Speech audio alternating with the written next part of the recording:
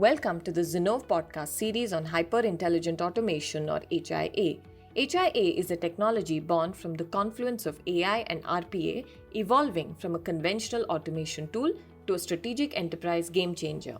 In this series, we bring to you our conversations with leading automation gurus and industry mavericks on how they are defining new possibilities and business outcomes through automation. Hello, everyone. Welcome to an all-new Zinnov podcast episode in our hyper-intelligent automation series. In the last 1 year, we've had the pleasure of hosting pioneers, visionaries, and powerful leaders from the automation space. Our relentless pursuit to unravel the nuances of the ever-evolving automation space has already become the guiding principle for many of our customers and platform companies as they shape their growth strategies and take their automation efforts to the next level. In today's episode, we have a very special guest, Ulf Persson, who's the CEO of ABBYY, one of the most innovative companies in the automation space. Ulf has been driving ABBYY's growth, expansion, and key strategic initiatives for almost 20 years now and in multiple different capacities. What we have in store today is a bit about ABBYY's vision and market positioning as it treads the highly competitive automation landscape, and of course, a little bit about Ulf, the man himself. Welcome, Ulf. It's great to have you with us today. Thank you very much, Praveen. I am very happy to be here and I really look forward to our conversation today. Awesome. Let's just dive right in. I wanted to get started with my first question. You have roughly about 30 years of very deep, very rich experience across multiple domains. You have served as leader across multiple technology firms before joining ABBYY about 20 years ago. And now you're obviously the supreme commander, the CEO of the company. Tell us a little bit about how you've navigated this whole technology industry, the complex nature of it, the dynamism, the transformations that you've seen over the last 3 decades of your career, Ulf. Yeah, it's a very good question. I think it's important to bear in mind that when people talk about technology companies, the focus is almost always on the technology itself or the product and the product vision, which in and of itself is good.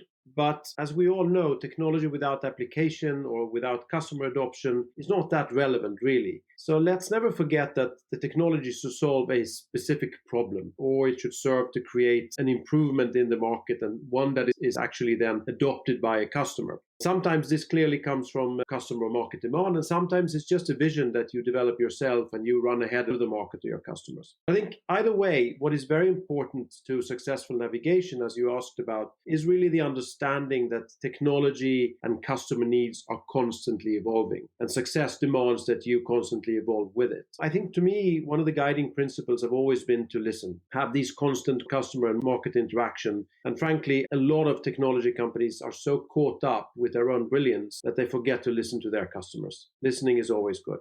That's a great insight. I love the comment about listening to customers. It couldn't be more truer in the current situation than it ever was, with the way things are evolving everywhere around COVID and companies trying to find their own reset button. As we talk about the industry that you represent, the hyper-intelligent automation space, of course, this has become very, very competitive, and this itself has gone through a lot of evolution. A lot of customers are given inputs in terms of shaping up the industry itself. And clearly, the massive amount of public and private funding that's been infused in this market is quite telling as well. And in similar lines, I think ABBYY has secured new money from Marlin Equity, and I think they are your largest shareholder now. Obviously, it's a moment of pride, and congratulations to you and your entire team for the success. I would love to know a little bit more about how this investment validates the growth of the market, and how is ABBYY putting together the growth plans and the vision for the next 3 to 5 years from here. Right. Well, first of all, thank you. We're very happy with this and happy with Marlin joining us as a growth partner. They effectively bought into our vision of a very significant market opportunity and our ability to execute. I think what makes ABBYY in a way quite unique is a combination of, on the one hand, a strong proven track record, and on the other hand, a market leading in innovation. If we break that up a little bit, I'd say that few, if any, companies know more about business documents than ABBYY does. From an OCR point of view, we are the market leader, and we've been taking market share in what used to be called the capture, now the IDP market, for the past four or so years. And we're not only growing, but we have solid profitability and, in effect, a very solid, well-run business with a strong track record. Secondly, at the same time, we're also investing very heavily in new innovative products. And we acquired, as you know, Timeline PI in 2019 to add process intelligence to our already existing content intelligence. we keep innovating for our customers because they're on a digital transformation journey and they want to be on that journey with a partner that can grow with them and not only serve their needs today and tomorrow, but also the day after that. And we think that is very, very important. So in summary, I think what Malin also bought into was our plan to accelerate innovation and growth on top of a very strong, proven existing business. In terms of the market opportunity itself, however we define our market, whether it's, as you call it, hyper-intelligent automation, intelligent process automation, or even subsets such as IDP or process or task mining, we can safely conclude that these markets are so much bigger than the traditional OCR and capture markets that ABBYY was active in for many, many years. It became apparent to us early on in the past 4 years since I became the CEO that both OCR and broader document understanding would be key requirements for this nascent burgeoning market of intelligent automation and subsequently digital transformation. So we decided early on to go after that opportunity. And this expanded both the total addressable market and also the growth rate of the market. So massively compared to our traditional markets. However, to be successful in this, we had to effectively repurpose our technology and product know-how to better fit this new market. And that meaning combining our AI technologies, whether it's machine learning or NLP, with a modern, easy to use, easy to deploy, low-code, no-code platform, great UI, and still keeping the best-in-class digitization and recognition accuracy. It was a tall order. At the same time, we had to become cloud first, provide connectivity to the whole ecosystem, whether it's RPA, ERP, ECM, or BPM, or other ISVs. This was a major undertaking. And while doing this, we saw a hole in our portfolio. So despite being an important part of document-centric processes, we frankly didn't know that much about the processes themselves. So we were fortunate enough to be able to acquire a company which was at the time incredibly exciting as a startup in the US, Timeline PI, with Scott and Alex and their team. So that product became ABBYY Timeline, and the whole Timeline team is now integrated really well into ABBYY's management. And before I finish, I'd like to say a few other things. It was not only about the technology and the product portfolio that we needed to change. It was really our vision to bring brain power or intelligence to digital workers. And this is what we call digital intelligence, to complement and extend the capabilities of that digital workforce by enabling process understanding or awareness and content understanding or transformation. But we also had to change our go-to-market. So building out new partner relationships, for example, with global consultancies, global system integrators, but also with other ISVs, RPA vendors and others. And we had to move from primarily an on-prem business model or delivery model to a cloud-born or cloud-first delivery model. On top of that, we had to change our business model from subscription or from perpetual license selling to subscription. Finally, to put the customer in the center, focus on customer excellence and make sure that everything we do around product, marketing, sales, support, any function inside a company should have customer excellence at the beginning of their to-do list and top of their agenda. So my vision is really around that every interaction that a customer or partner have with ABBYY should be one of professionalism. It should be really solving the problem that they are contacting us to have solved. So constantly strengthening that relation. Amazing. I have so many follow-on questions based on what you said, and I really like the way you segmented ABBYY's positioning into process intelligence and content transformation. And our audience would love to know a little bit more in terms of how you're thinking about those two spaces. But one thing that I wanted to quickly pick your brains on is we've been talking to a lot of enterprises, and you, of course, have been working with a lot of enterprises on your side. It has become very clear that a lot of enterprises are making platform decisions based on specialization and based on very specific focus areas across the value chain of hyper-intelligent automation, which starts from maybe process discovery, goes to data transformation, including IDP, and then RPA and workflow solutions, and so on. As a platform company, and as you think of the next 3 to 5 years, what's the way forward for companies like yours? Is it more about expanding the breadth into hyper-intelligent automation, or it's all about going deeper into process intelligence and content transformation as two core focus areas? Well, that's the $10 million question, isn't it? As far as I'm concerned, focus is good and do what you are good at and do it better than anyone else. I think that's the mantra that we're living by. But I'd like to expand a little bit, though. First of all, as a provider of digital intelligence, we have both broad solutions and vertical focus solutions. So if you look at, for example, a variety of horizontal business processes such as AP processing or or mobile onboarding enablement. These are really applicable across a number of different industries. So we will continue to do that in the realm of what we are focusing on, or what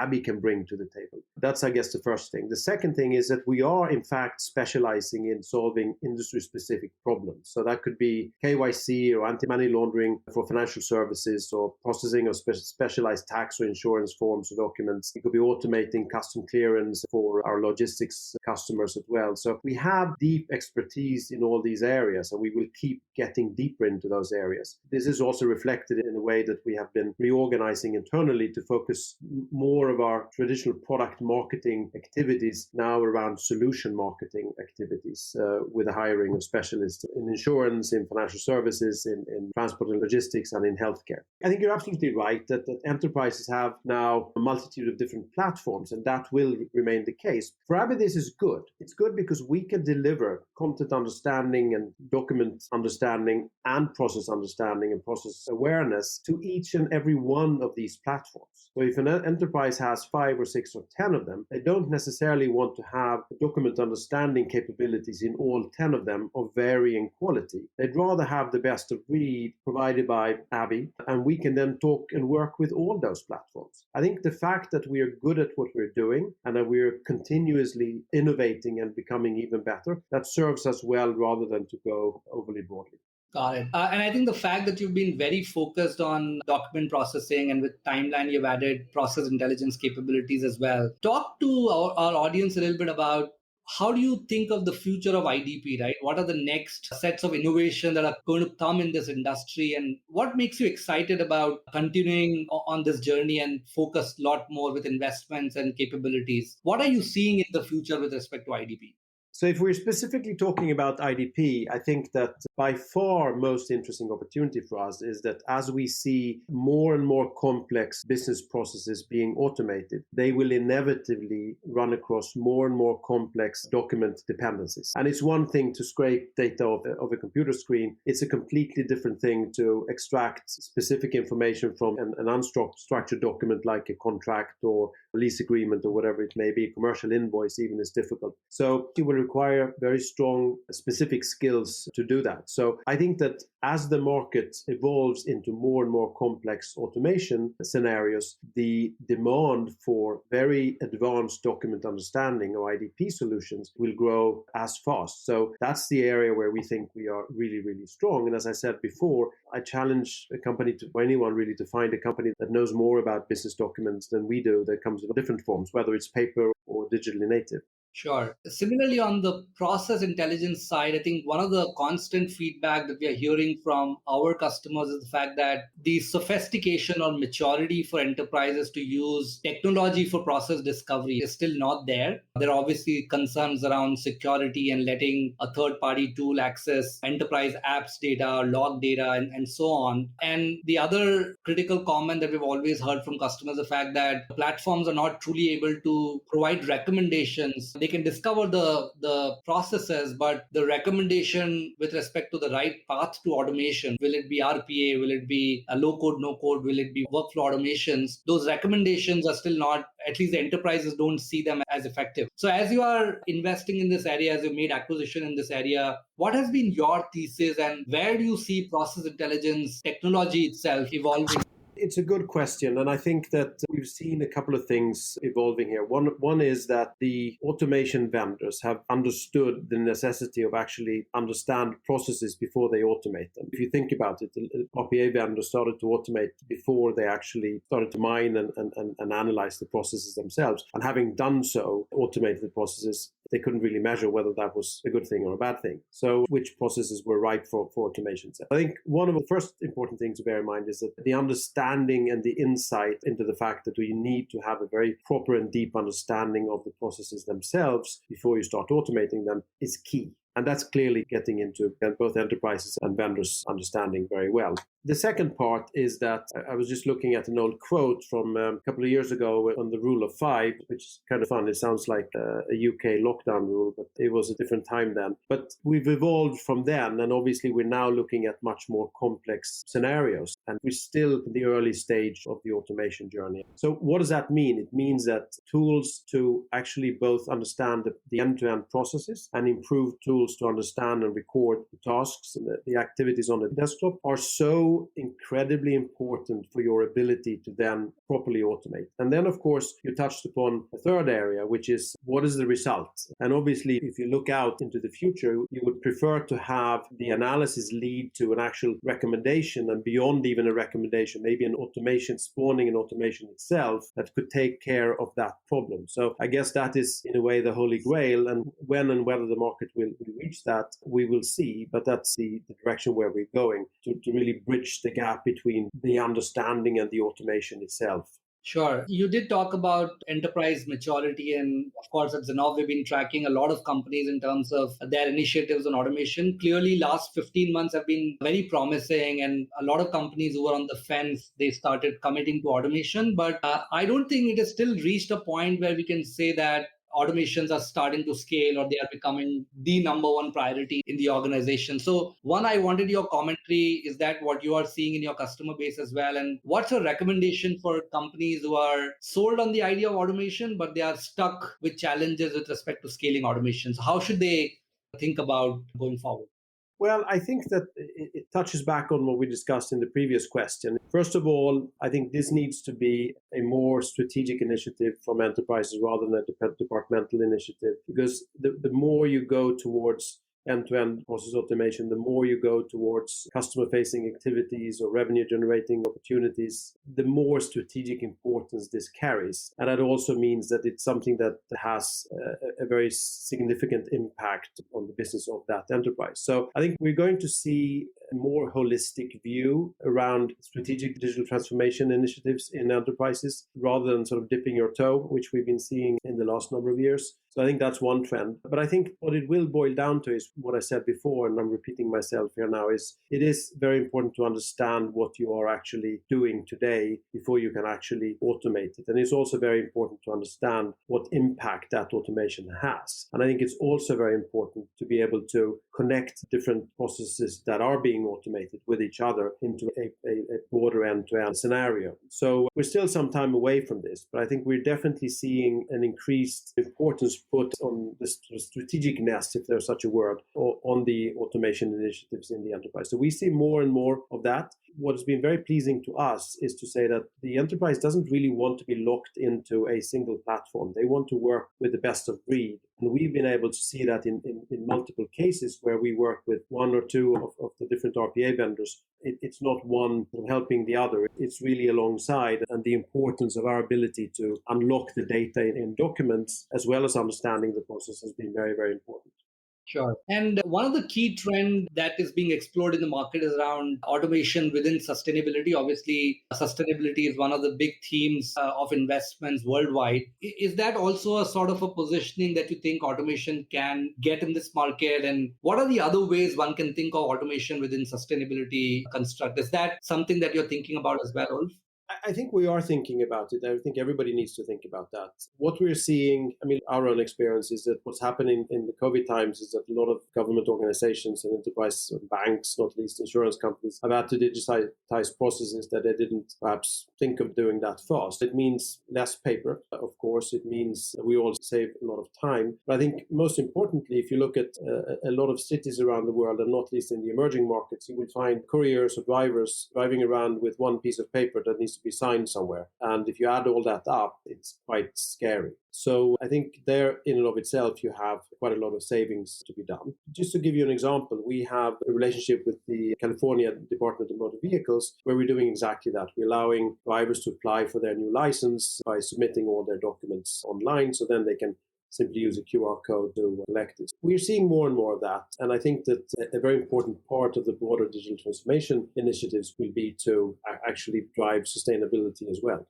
Great, perfect. Thank you, Ulf, for those extremely valuable insights. I think the clarity and cohesiveness with which you laid out vision and the road to success is really a testament to how well defined leadership can exponentially accelerate the growth of the company. I'm definitely certain that our listeners found this episode very valuable and rich with insights. I really appreciate everyone who tuned into this episode of the Zinnov's podcast, Hyper Intelligent Automation series. And we'll, of course, be back with another episode and another leader very soon. But Ulf, I really appreciate your time today and sharing all the insights that you did. Thank you so much. I hope you stay safe and please do take care. Thank you. Thank you for listening to this episode of Hyper Intelligent Automation series. Stay tuned for more such interesting episodes. You can listen to our podcast on Apple Podcasts, Google Podcasts, Stitcher, Spotify, or wherever you get your podcasts from. To get more insights on how you can make your automation strategy count, connect with us at info@zinnov.com or visit our website www.zinnov.com. Follow us on LinkedIn at Zinnov for regular updates on our content. Thank you again for listening to the Zinnov podcast.